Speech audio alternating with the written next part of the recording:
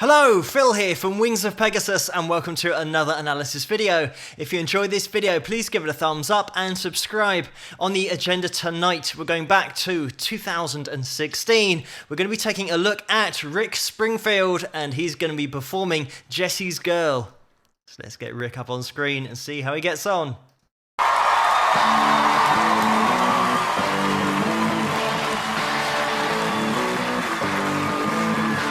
Just a friend, yeah, no, he's been a good friend of mine.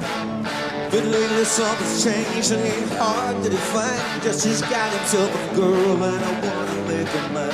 And she's watching him with those eyes, and she loving him with that body, I just know it. And he's holding her in his arms late at night. You know I wish that I had Jessies Girl. I wish that I had Jessies Girl. Why can't I find a woman like that? I play along with the charade. There doesn't seem to be a reason to change. You know I feel so dirty when they start talking cute. I wanna tell her that I love her, but the point is probably moot. Just she's watching it with those eyes, and she loving with that body, I just know it. And he's holding her in his arms late at night. You know I wish that I had Jessies Girl. I wish that I had Jessies Girl. Why can't I find a woman like that, like Jessies Girl? I wish that I had Jessies Girl. Why can't I find a woman? I'm just going to jump in here because putting this in perspective, we're looking at Rick here where he's 67, 68 years of age and still nailing it and rocking the stage, putting on a show. This is a show on ABC, the channel over in the USA, so it is very much cut together that way, not really focusing on the live performance, but also focusing on the audience. First of all, getting into the details of this performance, because anything that is recorded for TV is generally going to have a little bit of post-editing done to it. What we've got going on here is a live performance, but we've got a little bit of sampling going on in the chorus, and anybody that has done production in the past or is interested in it would have spotted it straight away, that the Jessies Girl of the chorus, literally just those first two words, have been cut and pasted into the beginning of every chorus, and it's something that's happened in post-production. What might have happened is that I've seen Rick perform this in earlier years, and we're not talking about massively earlier, like 20 or 30 years, or in the early 80s when it came out, but in maybe 2011, 2012, where Rick sings sometimes the main line and sometimes the harmony line, and he just jumps between those two, depending on how he's feeling in the live performance. So he might have been doing that on this particular performance, but because it's a greatest hits show, maybe the producers of the TV show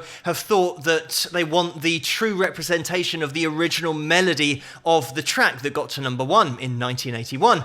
So they might have cut and pasted that first phrase just to make it consistent throughout all of the choruses, because all of the other vocals that we can hear going on in the verse and in the other parts of the chorus are totally live. It's just that really abrupt pasting of that phrase that we get that unfortunately does stick out. If you listen to this through headphones and through reference speakers, you might hear the occasional double-tracked sound of Rick's voice, and that might have been just when they've copied and pasted that one phrase and you've still got the original phrase that was sung live underneath it.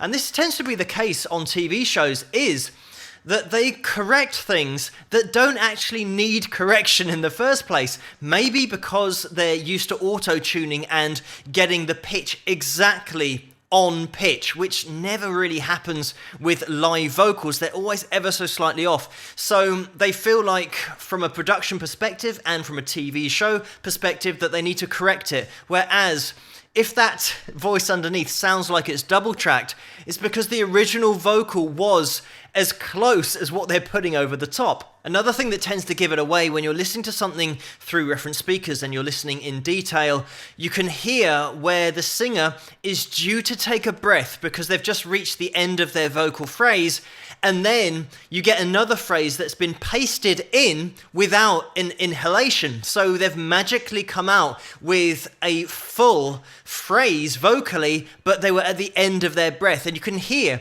that J comes in instantaneously at the end of the last vocal phrase with no room for any expression or any breath, and it comes in at a totally different level. So it is definitely a cut and paste job, but the good thing about this performance is because Rick and the band can play, that's the only thing that's been changed, just those first two words of the chorus, and everything else is as it was in this performance. And when you listen to it through headphones, you'll be able to tell that with the guitar sound and the way that it's all been mic'd up. You can hear that it's live, and the phrase that they're copying was in this performance. In one of the choruses, they've just decided to take that and apply it to every chorus. So it's not as if Rick didn't sing it at this live performance, but getting into the composition and the journey within this composition, anybody that's watched this channel for a while will know the process and the journey we're about to go on, because we're starting with just guitar and just Rick's vocal,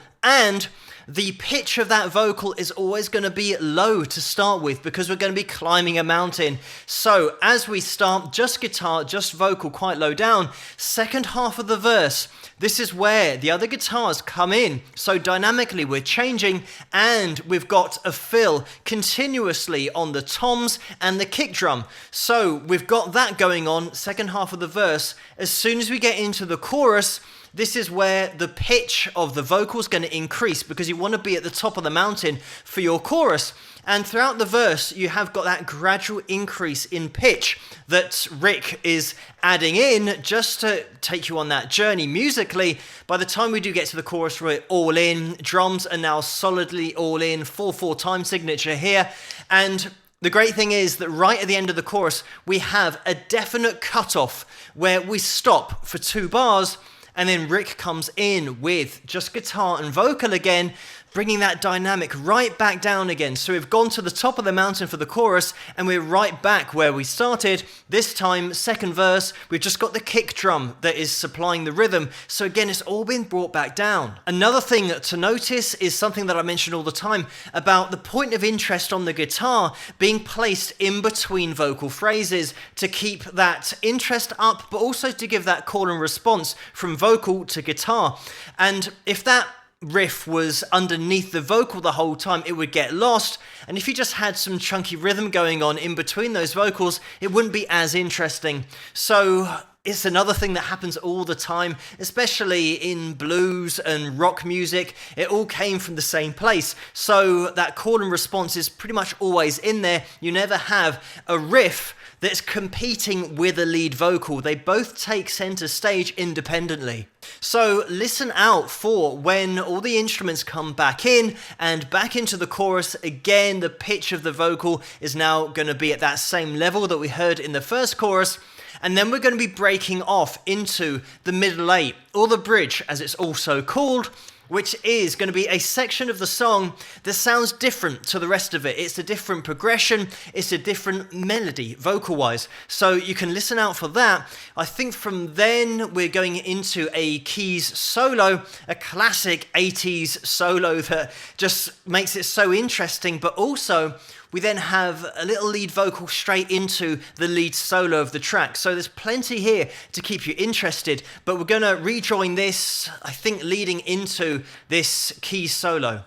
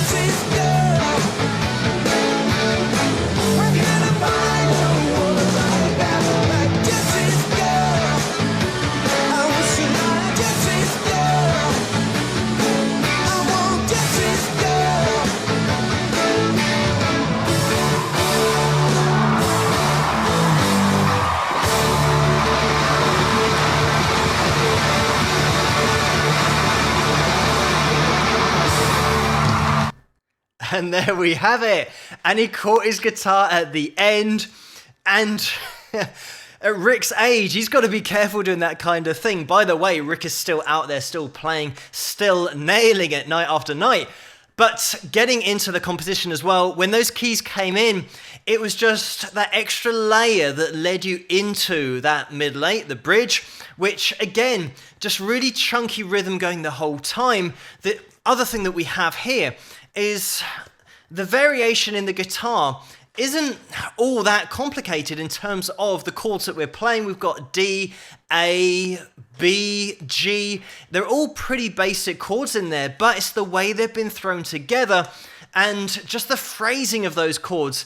And then you've got another little section where we're just hearing the riff that you can hear in between the vocal phrases, but now it'll be repeated. And this is what can happen when you've got such a strong melodic riff. And this is more actually of a rhythm part because it's being played on a D chord, and if you're wanting to play this at home, you get into your D major chord shape on the 5th fret of your guitar, and it's literally just rolling those fingers over so that the D that would have been on your G string then goes down to the D flat, which is where you put in your second finger now, and you make sure that it's a roll over, because if you don't do that, you'll get a major 7th sound, a D major 7th, which could result in descending into a jazz odyssey. So you want to make sure you just roll those fingers over to get this riff. But it's such a strong riff and it's such a strong sound that we have it thrown in throughout the chorus, and then those 4 bars of just repeating, but we're never getting bored of it because it is melodic. Just a quick word on the guitar solo as well, because that's George Nastos playing, and pretty much with every #1 hit that has a guitar solo in the composition, it's always melodic and it isn't overly technical. You never find a #1 hit that has endless shredding all over it.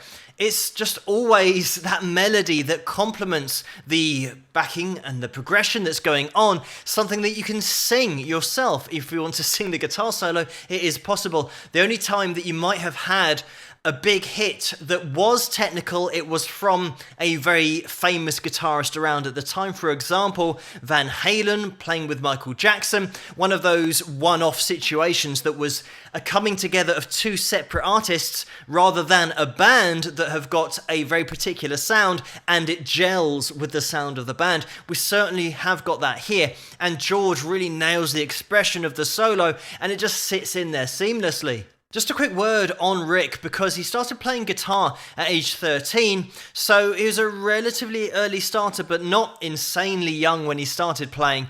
And you'll see on the internet that he was playing in various bands from 1958 to 1963 in England, because his dad was stationed there at the time. But then if you do the maths, that means that he was 9 years of age to 14 years of age, so he would have only been in bands when he was 13 and 14, because he'd only literally started to learn to play the guitar. So he probably wasn't in any serious bands at that point. It wasn't until he was 19 that he was properly now doing the whole band thing, and he toured in Vietnam in order to entertain the troops over there at the time. And it was then when he moved to Zoot, which was the name of another band where he was the guitarist and the vocalist. The band had an interesting image as well, because they were dressed from head to toe in pink satin, so it certainly made them stand out and got them some publicity. I don't think they were taken necessarily all that seriously by the music industry or critics at the time, but they did have a couple of hits. One of those was a cover of Eleanor Rigby in 1970, and then another track called The Freak in 1971, and in 1971 is when they disbanded. So in 1972, he signed with Sparmac Records, and this was the record label that his manager owned, and his manager was also his producer, and they worked on the first album, Beginnings, which was released in 1972.